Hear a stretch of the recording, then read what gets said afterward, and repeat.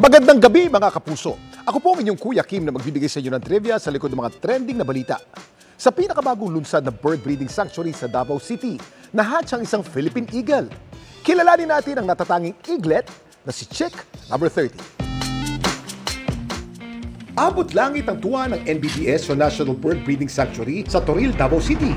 Kamakailan lang kasi, matagumpay na napisa o nag-hatch sa sanctuary ang isang Philippine Eagle chick, si Chick number 30. Kuya Kim, bakit may tuturing na espesyal na eaglet? Si Chick number 30. Kuya Kim, ano na? Kuya Kim, ano na? Alam niyo ba na si Chick number 30 ang pinakaunang eaglet na napisa sa National Bird Breeding Sanctuary na matatagpuan sa Eden, Toril, sa Davao City?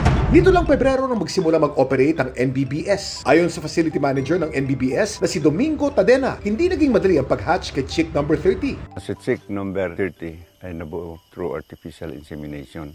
Ang artificial insemination ay isang pamamaraan kung saan ang semen ng isang lalaking Philippine Eagle pinapasok sa reproductive tract ng isang babaeng Philippine Eagle. Ang sperm donor naman ay si Eagle Sinag at ang babae naman, ang pangalan niya ay Pinpin.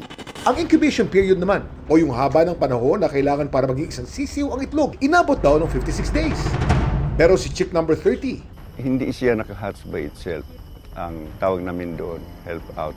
Supposed to be, ang chick mag-pip siya. Yung tutasan na niyang cell, 54 days of incubation. Pero hinihintay namin at hindi naman siya naka-pip. Nung pagdating ng 55 days, tinulungan namin. Kami nang nag-pip para sa kanya para hindi siya masuffocate. kumusta naman kaya ngayon si Chick number 30? As of now, the chick is 3 days old at nandoon pa siya sa laboratory.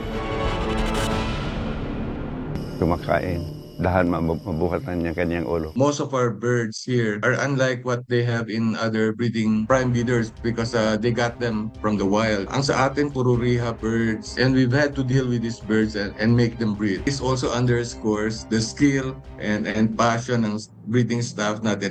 Naway lumaki si Chick number 30 na singtayog ng lipad ng isa sa marahil sa pinakasikat na agila sa bansa.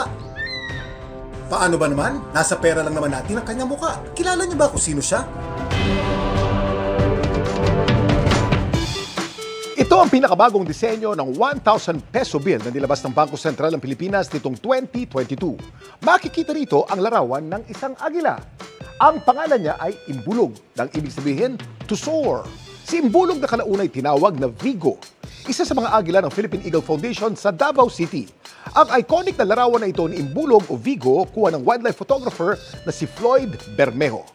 Samantala, para malaman ang trivia sa likod ng viral na balita, i-post o i-comment lang, #Kuya Kim. Ano na? Laging tandaan, kimportante ang may alam. Ako po si Kuya Kim at sagot ko kayo 24 oras.